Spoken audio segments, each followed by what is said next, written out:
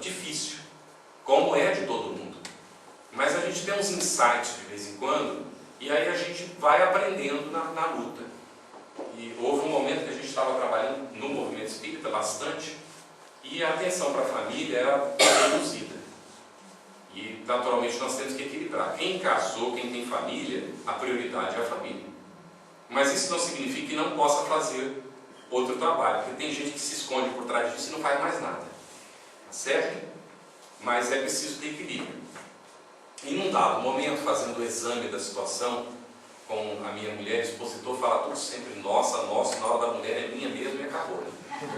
Então, fazendo a análise com a minha mulher, a gente estava chegando à conclusão com ela de que o compromisso primeiro de cada um de nós é com Cristo.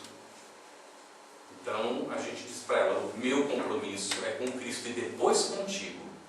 E eu sugeriria que o teu compromisso fosse também primeiro com Cristo e depois comigo. Porque aí nós estaríamos caminhando realmente no sentido da proposta divina. Porque nós não somos uns dos outros.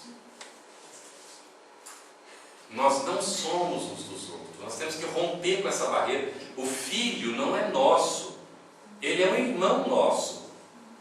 Deus emprestou para nós durante um tempo para a gente cuidar. Aí a gente se apega excessivamente e não tem confiança em Deus. Porque antes de ser nosso é filho de Deus. Deus não vai desamparar.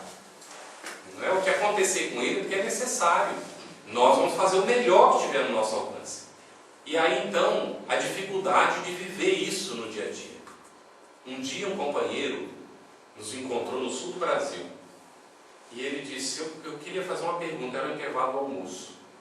Eu disse, fique à vontade. Eu disse, eu vejo expositores que viajam. Uma parte desses expositores não tem família. Eles resolveram não casar, decidiram isso. E uma parte resolveu se casar e ainda assim trabalha divulgando. E eu vejo que é o seu caso. E eu queria lhe perguntar, como é que você concilia isso? Aí a resposta para ele não podia ser outra, né? Com muita compreensão e apoio da família. Porque se não tem isso, é muito difícil o trabalho. Não é? Então tem que ter apoio, compreensão. E a gente conquista isso ao longo do tempo. Quando não é possível, aí vem o momento da renúncia. E isso aconteceu no exemplo com Jesus com uma mulher. Era Joana de Cusa. Joana de Cusa, e nós estamos falando daquilo ali. Jesus e os discípulos. Ela era discípula também. Joana de Cusa era casada com um militar, né? E ela tinha um filho. E num dado momento ela compreendeu a proposta de Jesus e ela decidiu que iria seguir a Jesus.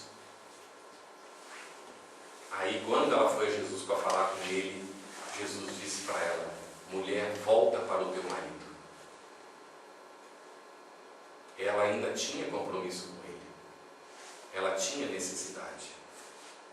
Ela não deixou de dar o apoio à tarefa, né, que Jesus estava desenvolvendo. Tanto é que mais tarde o marido falece. Ela está só com o filho.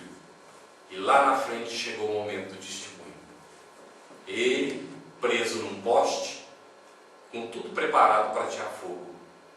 E os romanos dizendo para ela, mulher, renuncia ao teu Cristo e o teu filho será salvo. E o filho do outro lado gritando, mãe, mãe, eu quero viver. Duro, né? Só que ela sabia que a vida não era o que o filho pensava que era. E ela não renunciou naquele momento. Havia chegado o momento do testemunho. Então, para todo mundo chega. Mas tem que ser o momento. Enquanto não é o momento, mulher, volta para o teu marido. Vai cumprir o teu compromisso. Então, também conosco como trabalhadores. Sem deixar de fazer aquilo que nos é viável, possível realizar. Não é? Então cada um vai na medida daquilo que pode, que tem condição. E isso vai somando, nós vamos nos encontrando. Por isso não dá para fazer sozinho, não adianta. Porque a tarefa é muito maior do que isso. É muito maior do que isso. É por isso que quando o grupo se fecha é doloroso.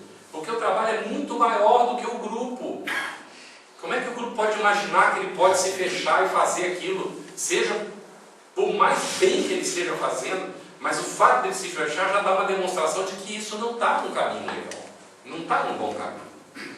Então, tem que haver essa solidariedade, essa abertura, essa receptividade com consciência, para não se perder pelas ramas. E aí nós vemos então Jesus chamando os discípulos, formando aquela equipe de trabalhadores ao longo do tempo. E esses trabalhadores, na medida das suas condições, cumprindo a sua tarefa, com vacilações momentâneas. Nós vemos Pedro, por exemplo. Jesus, apesar de ter alertado a Pedro, ele nega Jesus 3 vezes. Só que depois, olha o que Pedro fez. Se ele não tivesse passado por aquilo, provavelmente ele não teria amadurecido. Foram várias lições com Pedro para ele chegar onde ele tinha que chegar. Há um momento em que Jesus pergunta para Pedro: Pedro, tu me amas? E ele diz: eu te amo, Senhor. Aí daí a pouquinho Jesus pergunta de novo: Pedro, tu me amas? Diz: eu te amo, Senhor. Aí daí a pouquinho Jesus diz de novo: Pedro, tu me amas? Mas Senhor, eu já te disse, porque ele era impossível, né? Eu já disse que te amo. Ele diz: então apacenta as minhas ovelhas. Ficou nervoso, Pedro? Como é que vai apacentar as ovelhas nervoso? Olha só, não é? Jesus levou ele onde precisava, perguntando. A hora que ele chegou lá, ele disse: então apacenta as minhas ovelhas. Como é que vai apacentar as ovelhas com essa impulsividade, não é? Então aquele que vai apacentar as ovelhas não pode perder o controle, não pode ficar nervoso, né? Aí Pedro vai aprender. Não deve, vai ter consequências. Aí ele vai amadurecendo ao longo do tempo. Na negação, aí foi a gota d'água, né? A partir dali Pedro virou o Pedro que a gente veio a conhecer depois. Então, passando pela experiência, companheiros nossos vão resvalar, eles vão ter problema, alguns vão cair. Na hora que ele cair, não cabe a gente chegar e chutar para ir para o abismo ainda mais rápido, não. Tem que estender a mão, ajudar a levantar. Mas prejudicou o grupo, tem que examinar. Em que circunstância?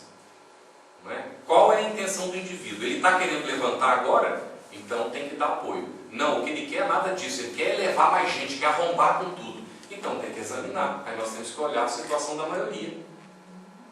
Não é? Aí volta aquela análise outra vez. E vamos aprendendo na nossa luta.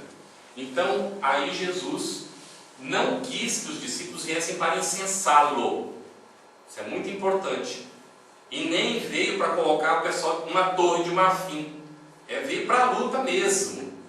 Jesus não queria que ficasse alabando ele, nem nada disso, ficar adorando Jesus. Não queria que fossem para o trabalho. E nem fechou eles, tirou eles do convívio com a sociedade. Ao contrário, ele ia ao encontro da sociedade com eles.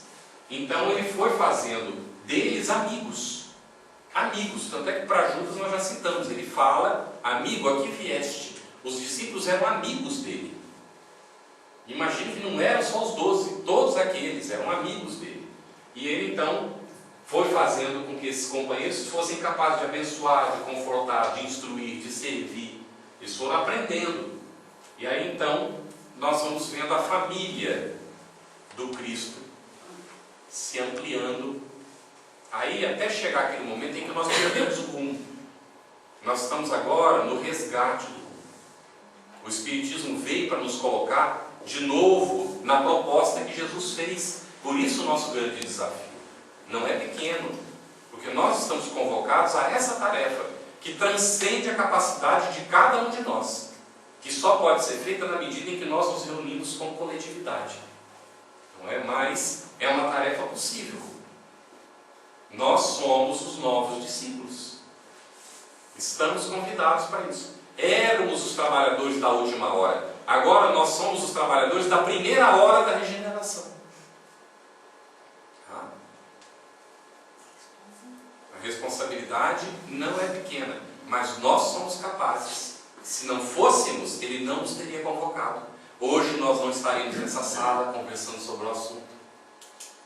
O que nos reúne aqui é algo que transcende esse momento, que se prende a um passado que nós vivenciamos em outras etapas, quando provavelmente dentro da igreja ou de outras congregações, ao nosso bel prazer, nós desviamos as pessoas do caminho, até de repente influenciando-nos mutuamente para que nós não cumpríssemos com os compromissos que nós tínhamos assumido.